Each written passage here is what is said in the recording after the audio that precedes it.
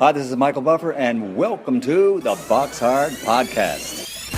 Hello, everyone. This is Mikey Garcia. This the monster from the swamps, Regis Rougarou Program. Hey, what's up? This is King Carlos Molina, former IBF world champ. This is Michael, the Bounty Hunter, 2012 Olympian and your people's champ. This is Charlie Edwards, flyweight champion of the world. This is Fast Eddie Chambers, and you're listening to the BoxHard Podcast with my main man, Joey Coastman. Hello everybody and welcome to episode 436 of the BoxHard Podcast. I'm your host Joey Coastman.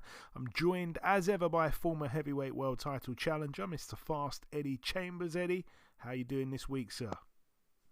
I'm doing great, my man. How you feeling? Always good when speaking with you, Eddie. It's going to be a short show, I think.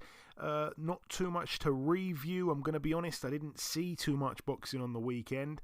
I didn't like the fact that Friday night was the night with the main fights on and stuff. I was busy on Friday, but I did see a few things, and yeah, there's not too much to preview, but let's dive straight into the review part. Another Thursday night card, 2 weeks in a row. Thursday night late night cards in the UK, early hours of Friday morning. We're going to start the Commerce Casino in California, USA. It was live on DAZN. Just one fight really to mention. Friend of the show, Joseph Jojo Diaz. It's another disappointing performance for him now. 33-5 with a draw. He loses a split decision over 10 rounds. He had a point deducted for throwing his opponent, to the canvas, slash ropes in round 5. Jesus Campos, the opponent, 25-5 now. Really, really disappointing from Jojo. I don't know what it is, I don't know what it is. It seems like he's not the same fighter he once was, and I hate to say that. Listeners know I got a hell of a lot of respect and time for Jojo Diaz, but it's just been poor performance after poor performance. He obviously has kind of had to move up in weight because he wasn't making weight. He lost his world title on the scales, and he was back here, like I say, and it's a must-win fight. Every fight for him at this point in his career, this dark chapter, is a must-win fight, and he loses. Like I say, it's a split decision there over 10, but it shouldn't have been a split. It was quite clear for Campos. He just outworked Diaz, really. I think Diaz is one of the toughest guys in the sport, by the way. Like he's extremely tough. He's world level tough. But I don't want to see him be a gatekeeper, because I think he's a bit better than that. It's just a real shame, but I think that's what he's slowly becoming now, a gatekeeper. So yeah, I don't really know what to say. It's becoming a little bit predictable now. If he's going to be in, like a toss-up fight, a 50-50 kind of fight, the underdog money is worth going for, because he seems to just let it slip. I mean, if he's in there with a guy that he's going to beat easy, he'll beat him quite easy. Might make it a little bit difficult for himself, but he'll win.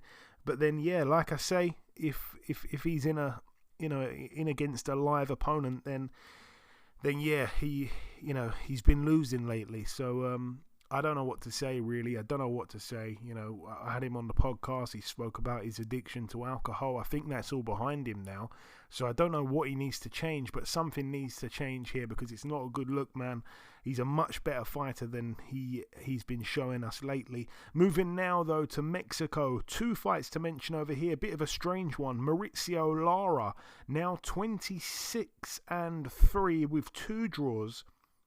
A majority draw over 10 rounds against Daniel Lugo, who's now 27-2 with a draw. It went 10 rounds. I didn't see this fight. I completely didn't see this fight, unfortunately, guys. So apologies for that one. I did expect Lara to stop him. As we know, Lara can certainly punch. And I looked at Lugo's record. There was nothing on there that stuck out to me like it was going to, it was going to mean it was going to be a tough fight for Lara. So I expected him to win quite comfortably. However, apparently, I think I might have read that he was a bit lucky to even get the draw. So yeah, bizarre seeing the result there. One fight I did watch though, Adrian Curiel, the Mexican, now 24-5 with a draw. He was TKO'd in the 10th round of a scheduled 12. He was defending his IBF World Light Flyweight title in that instant rematch against Sivanafi Nonshinga. A real shock, man, a real shock. I did say that, you know, he's a slight underdog, Nonshinga, and he'll probably win. I have to say I was probably, you know, changing my pick as the fight was going on, especially around the midway kind of point. I mean, Curiel was picking up the early rounds. He just seemed to be walking forward and, yeah, putting a bit of a dent really in Nonshinga, you know, walking forward on the front foot in Mexico, that Mexican style. You could tell the judges were giving him every round. And Nonshinga was trying to pick his shots, and he was landing some nice shots here and there, but he was just being outworked. It was plain and simple. Nonshinga also had a point deducted for a headbutt in round 7. And then, yeah, in round 10, what a crazy turnaround to a fight. I mean, that certainly needs to be mentioned, you know, with some of the best comeback wins of recent times. It was that good. Curiel was certainly cruising to a points decision, and it's mad because what's his name? Nonshinga was looking very, very tired as the rounds were kind of going on, and it seemed like if anyone's going to get stopped, it might be him. But he seemed to just, he found, I don't know if it was another gear or a second wind or something, and he managed to really, you know, turn the fight on its head in round 10. So what a way to win your title back, and everyone's already calling for the trilogy fight, so that'd be big business. But it'd be nice if it actually was to happen in South Africa now, you know. Nonshinga's had to go to Monaco, he's had to go to Mexico. Let it happen in South Africa, though I doubt the money will be there for it. Moving now to the final card to mention of the review party, went down at the Madison Square Garden Theatre in New York, USA. Let's touch on the undercard, Guido Vianello. I did say this one's probably not going to go the distance. He's now 12-1 with a draw, a TKO in the first round against Moses Johnson, who's now 11-2 with 2 draws. Like I say, first round knockout. I think in the end Johnson was down about 3 or 4 times in that first round. The referee really gave him every chance, you know, absolutely every chance to continue. Kept getting him up off the canvas, saying walk left, walk right, walk forward, are you okay? Every time he'd ask him, do you want to continue, he'd say yeah. I heard a lot of people saying bad things about the referee's performance. I don't know, you know, I watched it again today and I just thought, like, even though Moses Johnson kept going down, he did seem, you know, like he had his wits about him when he got back up, and he was quite convincing that he did want to carry on. But I guess he was just, you know, no match really for Vianello. Also on the card, Bruce Carrington with a fantastic knockout in round 4. It was for the IBF Intercontinental Featherweight title, the NABF Featherweight title, and the WBO Intercontinental Featherweight title. His opponent, Bernard Torres, now 18-2, down and out in round 4.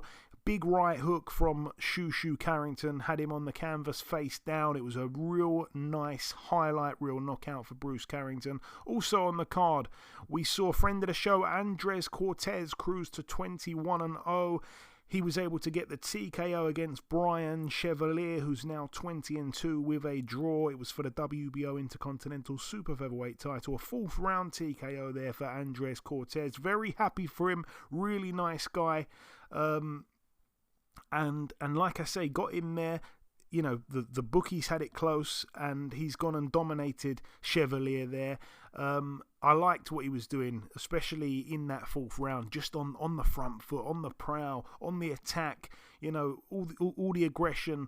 And like I say, he hurt him a few times, and the corner were ready to stop it. I don't know if they threw the towel in or the referee waved it off now. I can't quite remember, but really good win for Cortez there. I tell you what, that could be, you know, Top Rank's next best fighter at Super Feather. But yeah, you know, they've got a couple guys in that weight division already, but Cortez is definitely doing all the right things, ticking all the right boxes, and I'm sure a world title shot will be coming for him soon. And talking of super featherweight world titles, let's talk about the main event. O'Shaquie Foster now 22-2, a split decision win for him over 12 rounds. He successfully defended his WBC world super featherweight title. He beat Abraham Nova, who's now 23-2. Nova down in round 12 as well. Yeah, I didn't know. I said on last week's show, O'Shaquie Foster, it was going to be 3 fights in a row that he'd boxed on a PBC card. I think it was a top-ranked card and Matchroom, not in that order, but he boxed on all these different promoters' cards, and it seemed like he was just a free agent, willing to work with anyone. And I didn't realise that actually Top Rank had signed him. So when I said on last week's show that Abraham Nova's a Top Rank guy, maybe if it's close he might get the decision, I didn't realise they'd signed Foster. It's a good signing. Like I say, I think he was with Probellum before, if I'm not mistaken, or Disrupt Promotions or whatever. So yeah, it seems like they've let him go. He's now with Top Rank, and yeah, it's a fantastic addition to their really multi-talented stable. Foster's a great fighter, but he had some bad moments, especially early on in the fight. I think the first 2 rounds was like one apiece, and then Nova did start to dominate. He's got a very interesting style. He was a taller guy. He kind of, it doesn't look pretty sometimes with Nova, but he can punch as well. You have to respect that power, but sometimes the way he'd come in, you just thought like, well, he's open to be countered. And, at times Foster was countering him. We saw some great uppercuts in the fight. But yeah, Nova was doing a lot, in terms of outworking Foster. And yeah, he racked up a bunch of rounds. And, I think he was something like, I want to say he was 11-2. So that's just over, if you put a bet on that, you can just over get 5 times your stake. And in the actual ring, I looked at the odds and you couldn't even double your money. He'd gone from that big of an underdog into the favourite. But then he got really tired as the rounds went on. And then Foster decided, well, I wouldn't say decided, but ended up coming back into the fight, racking up a bunch of rounds again, and then obviously starting to really dominate and close the show quite well in the end with that knockdown in round 12. A lot of people felt that had stolen the fight for Foster, but it did still end up being a split decision, though the knockdown didn't actually matter in the end. It would have still been a split decision without the knockdown. So, yeah. It's good to see that there's no real big controversy there, but it was a close fight. All the best, though, to O'Shaquie Foster. I think he's getting better and better all the time. But like I say, there's still some great fights that can be made, in the super featherweight division for him. So yeah, I want to see him again. Like I say, I think the kid can fight. I say kid. I think the man can fight. He can box, and he's quite an exciting guy. And yeah, it's going to be an interesting fight, seeing someone get in there with him and try and solve that puzzle again. That's it though for the review part. There wasn't too much to go over. It's now time to welcome this week's special guest. Ladies and gentlemen, please welcome the former light heavyweight world title challenger. It is, of course, Mr. Craig Spider Richards. Craig, welcome back on the show, my man. Thank you. I'm glad to be back. Yeah, man. So we last spoke back in November 2022. It's been a long time. At that time, you were getting ready to fight Ricards Bolotniks in a fight that never ended up happening. Obviously, you didn't fight at all in 2023, but you returned the other week with a nice win. Let's talk about it. You boxed Boris Crighton. Firstly, how long was that fight made for? Because it seemed like it just got announced on Fight Week, or am I wrong? Yeah, well, it was. I got asked probably about 2 weeks before the fight, well, the Monday before, obviously Fight Week Monday. Obviously there was talks of me possibly getting a fight in like February or some point anyway, but there was nothing guaranteed. Then the Monday the week before, there was like, look, are you fit enough to fight next weekend on the 10-rounder? Do you want to do a 10-rounder next weekend? I was like, yeah, all right, cool. I've been in the gym. That's cool. And then obviously the next day, after the Tuesday or the Wednesday, he rang back to say, yeah, you'll be fighting Boris Crighton. So I probably got about, 13 days. He probably got about 12 days notice. So, yeah, within 2 weeks, both of us got told. Yeah, because I watched the fight literally just yesterday. I thought your jab was particularly heavy. It was really nice to see that, and it didn't go away the whole fight. The jab was really heavy. I like the left hook as well to the body that he snuck under his elbow a bunch of times. And obviously, yeah, you got to him in the end, stopping him in the 7th. Crighton had previously gone the distance with Lyndon Arthur on about 48 hours notice, by the way. I think they pulled him out of a hot yoga class. And then he went the distance with highly touted prospect, big punching Callum Simpson. To get him out of there, especially after coming off 21 months inactivity and changing trainer, that's a statement, my friend. Talk me through the fight. Yeah, well, people were saying that, like, the fact that, like, obviously Lyndon had the 10-12 week camp. His opponent pulled out fight week, and then I spoke to Brighton's trainer. He said that he then got the call on the Thursday. They drove down from Scotland in the car to make the weigh-in on the Friday, and then fought on the Saturday and went 10 rounds and was very competitive. I think he even buzzed him twice in the fight as well in that 10-rounder.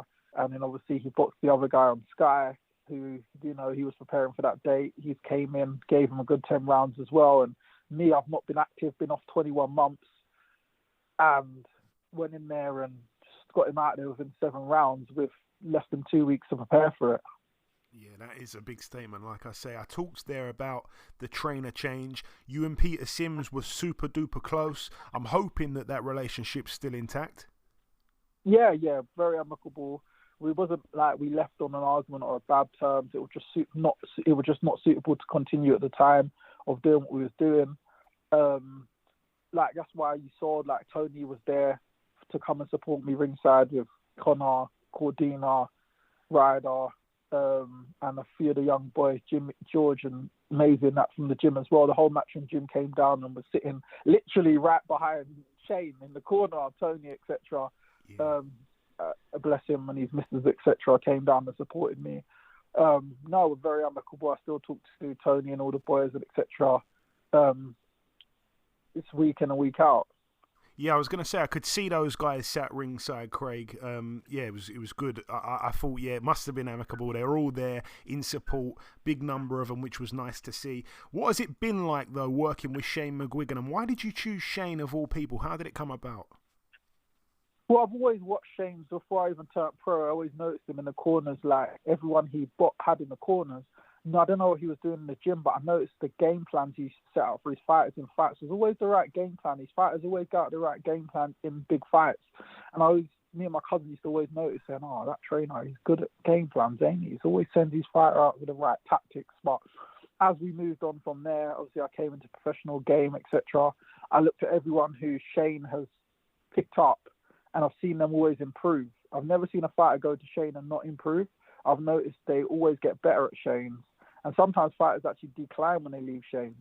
So I realised he obviously knows what he's doing. And I was obviously been in the gym for the last couple of years with him, helping Crispin and Spiff of a lot of his camps. Obviously, I've been down there to spar Lawrence Okoli, etc. when he was with Shane. And then obviously while I'm in the gym, I'm seeing the gym environment. And sometimes they would give me bits of advice while I'm sparring and telling me what to do and not to do in terms of using my assets the best I could. And I realised he probably was a knowledgeable guy and knew what he was doing. Obviously, when I got to the stage of my career not too long ago where I realised I needed probably a change. Funny enough, I was talking to Shane around that period, and it was just like, oh, what you doing? Basically, I was like, look, I'm maybe looking to find that. He said, oh, well, you can come down here if you, obviously, if you need other options, my door's open as well. So I was just like, okay. As soon as I've done a few days with him, I was just like, yeah, this is exactly what I thought he would be. He's improving me within days, and I was like, yeah, he's a good trainer. And I just from then, like, my mind was made up. We already had a relationship before I joined, and then once I joined, yeah, it just all made sense. No, it's great to hear, man. And we had Caroline Dubois on the podcast 2 weeks ago. She was saying how you're a great addition to the gym and apparently such a nice guy. She obviously doesn't know you too well. I want to ask, Craig, what's next? I know it's a bit soon. It might be too soon. But right after the fight, obviously Eddie mentioned about you fighting Anthony Yarde in this 5 vs 5 Saudi card. Is that a realistic next move, or is there an alternative plan? Well, the 5 versus 5 is obviously always up to the matchroom's pick and depends on the weights. And there's a lot of things, variables depending. But it was nice to know that if light heavyweights picked, I'll be their number one choice. So that is a possibility in terms of if their weights picked and my weights picked and I get a match up, then yeah, it looks like that could be an option. So I'd find out that probably in the next few weeks, couple of weeks, if that's my next move. Regarding against who, I doubt it'll be Anthony Yarde, as you know, he's got things with Buatsi back and forth at the minute, and plus me and Anthony Yarde are very good friends as well. So we've always said we didn't really want to fight each other unless it was a millions on the line and world titles was on the line. So obviously if there's other options, we'd always go for the other options than each other. So I don't know if that fight would happen. I don't think that fight would happen, me and Anthony Yarde, but I know that Queensbury's got a massive selection of light heavyweights anyway. So we'll just see how that pans out. I'm not too sure. Obviously, I'll leave that to my manager, the promoters, and see what they come back with for me to my next move. And I also wanted to get your reaction on a couple of fights in your division that have happened recently. I wanted to get your take on Lyndon Arthur going the distance and losing to Bivol. I'll be honest, I like Lyndon a lot, but I thought he'd get stopped. I couldn't believe he actually went the distance. What did you make of both men's performances in the fight itself there? Both of the performances was okay. Like Lyndon done what he needed to do to get through the rounds. Bivol was trying to obviously press the action. Obviously, it's always hard to get a stoppage when someone's obviously that it was a little bit negative. Lyndon was, so it was hard for Bivol to engage with him to get the stoppage. And I think in the 11th round, Lyndon decided to then start trying to engage, and that's when he got dropped. And he realised, okay, yeah, let me get back defensive. It's hard to call because Lyndon made it through the 12 rounds, so he done well in that sense. But then obviously Bivol, you can't take anything away from him because he's won by 13 points out of 12. Towards the 12 rounder, and I think he won by 13 rounds. So you can't win on points any more conclusive than that. It's 12 round fight, and they're saying you've won by 13 rounds. You can't really be more conclusive. So it swings and roundabouts, ain't it? And also, I didn't really think it lived up to the hype, but Buatsi Azeez, Buatsi in the end handling business without too much trouble. Yeah, he boxed quite within himself and won quite comfortably, I felt. Obviously, I'm not sure because of the friendship that Buatsi didn't want to press too heavy on him. But yeah, he boxed well. He showed his elite level that he is. And yeah. And I wanted to get your take on two fights as well that have been made in your division. It's finally signed and sealed. The undisputed fight, Bivol Beterbiev. Who wins? And how? Very tricky. Before I would have said Bivol. After Beterbiev's last performance, Callum Smith is a big puncher, good fighter, and he just couldn't put a dent in him. And Beterbiev did what he does as normal. So I think there's going to be a lot of variables going to play a factor in that fight, like the ring size. You know, Beterbiev put an 18-foot ring in with Callum Smith, so he couldn't go anywhere. Bivol's a big mover, so that won't do him any favours. So it depends on the ring size and which one of them turn up on the night. And then I do like to throw a wild card in because I'm guessing that you're going to probably be asked about Beterbiev Bivol a million times. So I'm going to throw one in that you probably haven't been asked. It's on a Queensbury show. Ezra Taylor, Willie Hutchinson. Thoughts? Are they fighting? I haven't watched enough of any of them two. But are them two fighting? Yeah, they're fighting. But you ain't got to give an opinion if you ain't seen enough of them. That's totally fine. Yeah, I haven't seen them to give an opinion. So it'll just be a pluck out of the sky and a guesswork. Okay, no problem. All right, well then that brings us to the end, Craig. I just want to throw it over to you if you got any closing words to the listeners before we let you go. Like I say, good friend of mine, good friend of the podcast, and it's been too long. Way too long, but I'm back now. Came back with a bang, and I'm looking to make this year count, 2024. Thank all of you, keep supporting me, giving me the airtime. Thank you all the supporters who buy merch, you come tickets, support me just vocally on social media, and thank all my sponsors, Elite Fleet Care, obviously Everlast Sports Direct, Sean Printtown, Mill Team. Big up.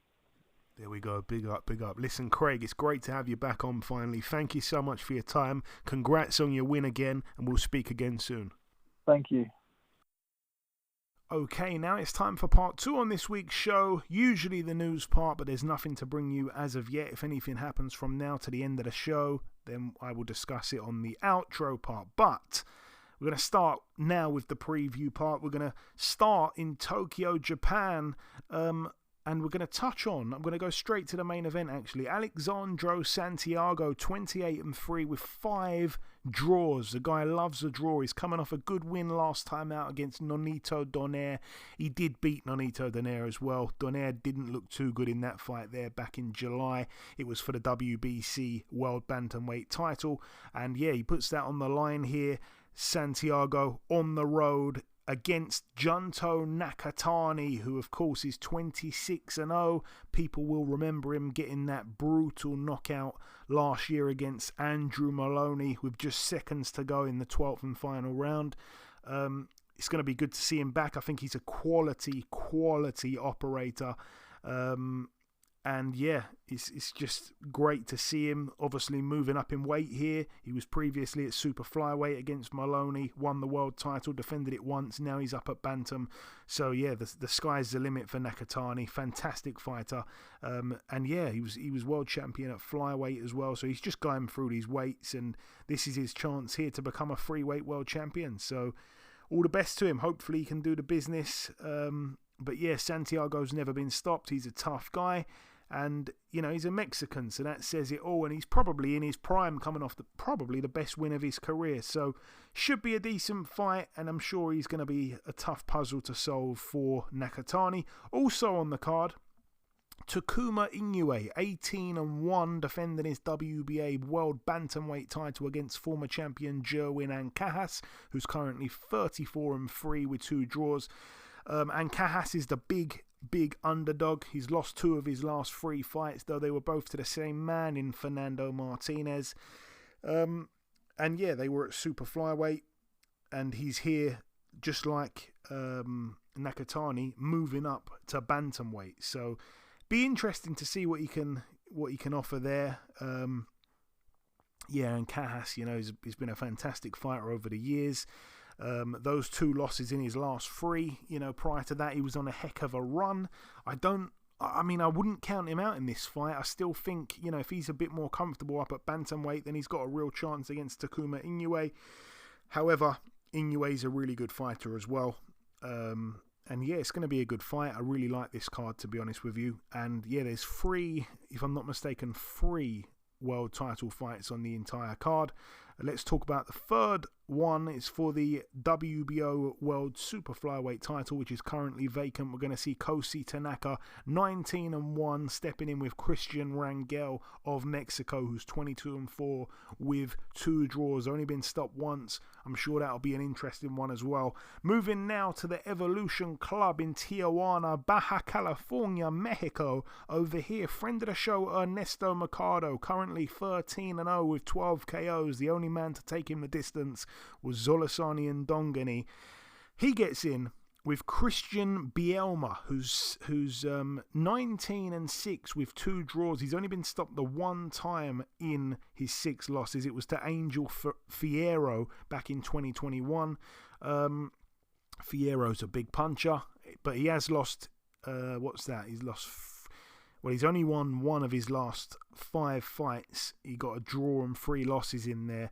But yeah, it's always good to see Ernesto Mercado. That's the reason I'm mentioning this fight here. But one thing I will say for Christian Bielma is that he once upon a time went the distance with Luis Alberto Lopez. He went 10 rounds with him. So yeah, it'll be a statement if Mercado can get him out of there. All the best to him. He's the friend of the show. And yeah, moving now to this one. It goes down, I will just give this a mention, it goes down at the Opera Philharmonia Podlaska, Białystok, Poland. Probably saying all of that completely wrong, but former Triple G victim Kamil Zerameta, 25-2 with a draw, gets in with Abel Mina, who's 17-3. That's over 10 rounds there. We're also going to see former Sam Eggington opponent Prismslaw Zisk. He's quite a good fighter, by the way. 18-2. He gets in with Kamil Urbanski, who is 3-1. And also former world champion Krzysztof Wlodarczyk, 64-4 with a draw. He's back in an 8-rounder at cruiserweight against Pablo Villanueva, who's 12-4 with a draw. Moving now to the Olympia in Liverpool, in Merseyside, United Kingdom. It's going to be on Fight Zone, this, a Dennis Hobson show.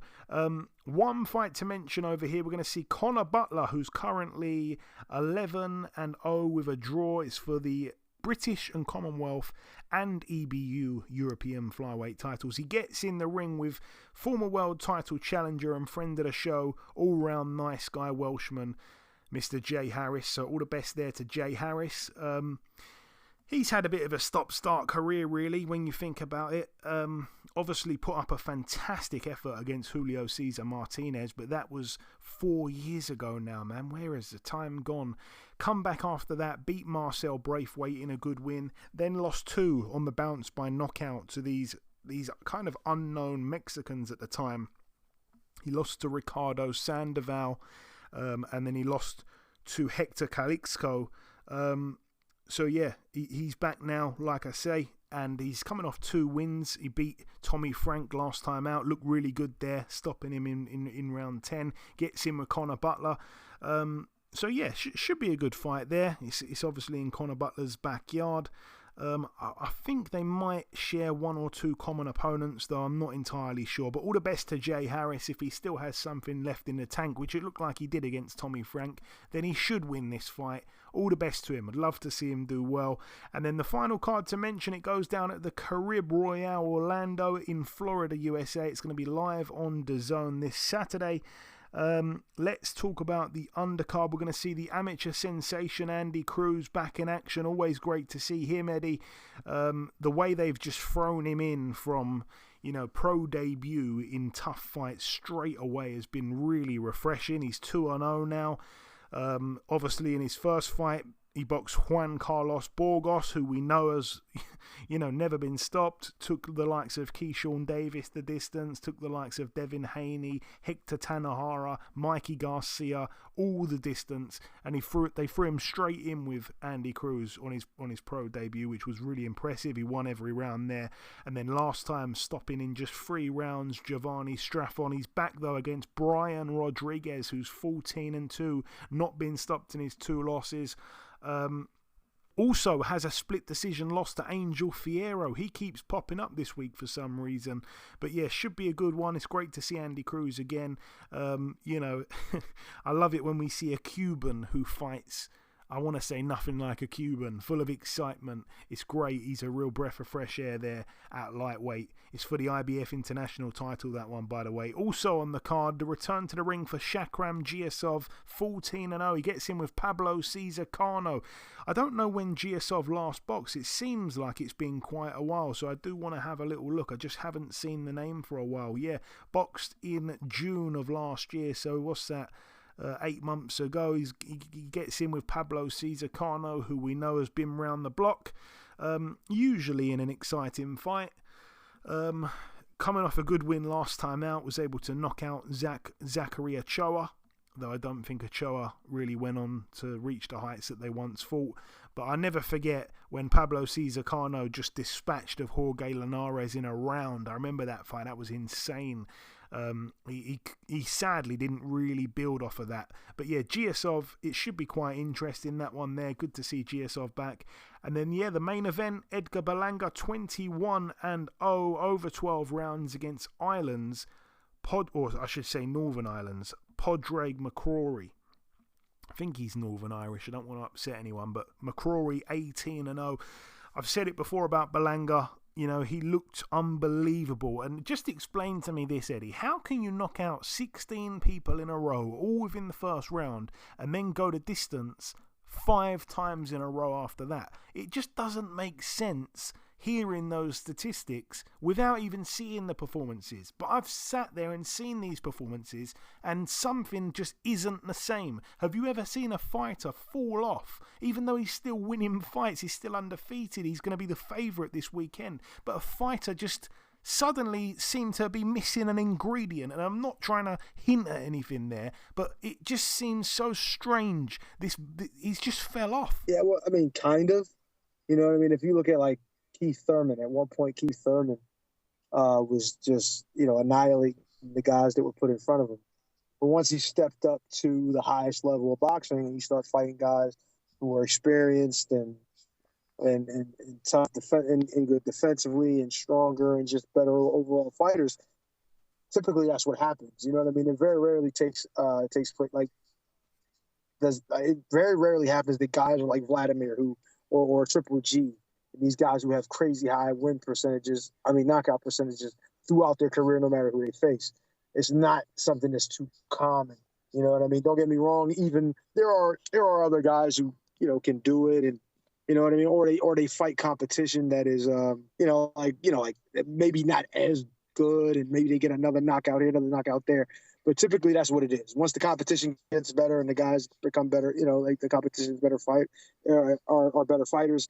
It typically gets harder to stop them, obviously. And I think that's just one of these things that's going on here. You know what I mean? I think he's, still winning and still capable of knocking guys out, but it's just the competition is now better. And now he has to raise his game and he has to do more things and see if he's going to get knockouts. But, yeah. I mean, he's still good. He's still winning. And we got it. I know you kind of want to worry about it a little bit because he's not knocking these guys out and annihilating these guys like we would expect him to. But, it still wins as long as he's winning. You know, if he starts losing fights, then we got to worry. But but to a degree, it is how you win, and as long as the performances are good, then we can continue to say, okay, Berlanga is one of the best out there. But it's just typically that, and hopefully he continues to go up so we can have more fights to watch later. Yeah, it's interesting you bring up Thurman. I'll come back to that in just a moment. I was just having a little look there at the odds, and Berlanga's a massive favourite. I do think one of these prospects is going to get found out here. I think Padraig McCrory certainly is in with a shout. I know that a lot of people think really highly of him. I think he's a bigger puncher than his record suggests. He's got 9 KOs from 18 wins, so a perfect, 50% knockout ratio going on. But yeah, I think someone's going to get found out. I'm sure McCrory would love to get some revenge for Jason Quigley, who is the last guy that Berlanga beat. But yeah, you touched on it. Berlanga's still winning. That's the most important thing. You're absolutely right. But again, we've seen him, getting people out in one round, and then we've seen him getting put down himself. When he stepped up competition, he doesn't seem to be the same guy, and I think this is going to be a really tough test for him here. If he just walks through McCrory, I'll be very, very, very impressed. But yeah, I think someone's going to get found out. Someone's going to get exposed. But yeah, you talk about Keith Thurman, and it just made me have a little look. It's absolutely mad how inactive Keith has been. He's actually had, this is mad, he's had 8 fights in the last 10 years. That is mental. He's been so inactive, Thurman, and I was a humongous Keith Thurman fan. When he was in his prime, I loved watching Keith Thurman. He was really exciting. He still knows how to sell a fight just as good as he always did, and he'll be back in the ring next month, coming off 2 years and 2 months layoff, and of course moving up to 154 against Tim Tszyu. Boy, oh boy. Anyway, that brings the preview part to a close. In part 1, we did the review part, then we welcomed our special guest. In part 2, there was no news. We did the preview part just there, though. It's now time for me to come in with the outro, which I'll do in just a few seconds. Okay, and this wraps up episode 436 of the BoxHard Podcast. I've been your host, Joey Coastman. Eddie Chambers has been with me for the duration of the show. A huge shout out to this week's special guest, the former light heavyweight world title challenger, Mr. Craig Richards. Good to have him back on after such a long time. The biggest thanks of all, though, goes out to you, the listeners. Thanks once again for tuning in. That is about everything, though, from myself. Enjoy your weekends, people. Stay safe, and we shall see you all again same time next week.